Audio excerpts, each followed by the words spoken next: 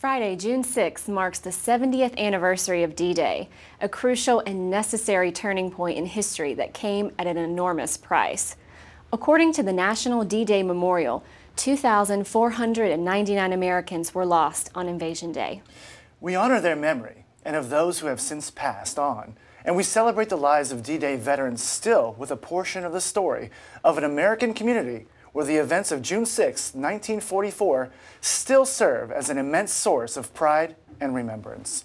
Today, all the men lost on D-Day are memorialized at the National D-Day Memorial in Bedford, Virginia. It's here because on D-Day, Bedford sustained the highest per capita loss of any community in the country. Those lost on that day live on in memory as the Bedford Boys.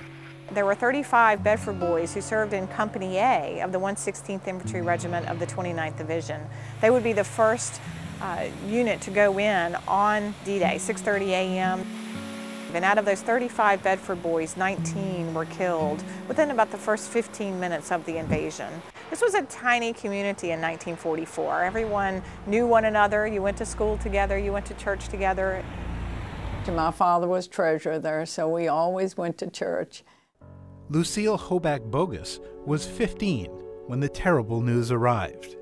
And just as we were getting ready to go, someone knocked on the door, and my father went to the door, and they handed him a telegram.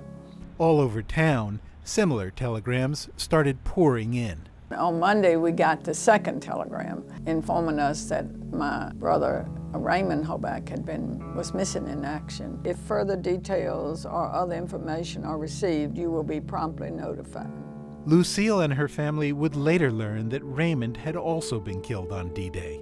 Lucille keeps a small collection of photographs and letters from and about her brothers, and her memories remain strong.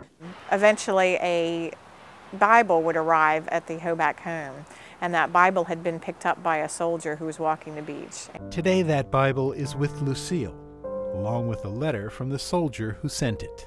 I imagine what has happened is that your son dropped the book without notice. Most everybody who landed on the beach D-Day lost something. It was a really sad, sad day. This memorial is laid out to tell the story of the Normandy invasion. The arch is exactly 44 feet, 6 inches tall for the date of D-Day, June 6, 1944. Dedicated on June 6, 2001, Bedford's National D-Day Memorial aims to commemorate and educate. The memorial also features a tribute wall, displaying the name of every member of the invasion force who died on D-Day. In designing the wall, it was discovered that no complete list of those killed could be found. So this organization spent the next decade researching name by name every single soldier, sailor, airman, Coast Guardsman, merchant mariner who died on June 6, 1944. And those names are carefully placed on the wall that we have here at the monument.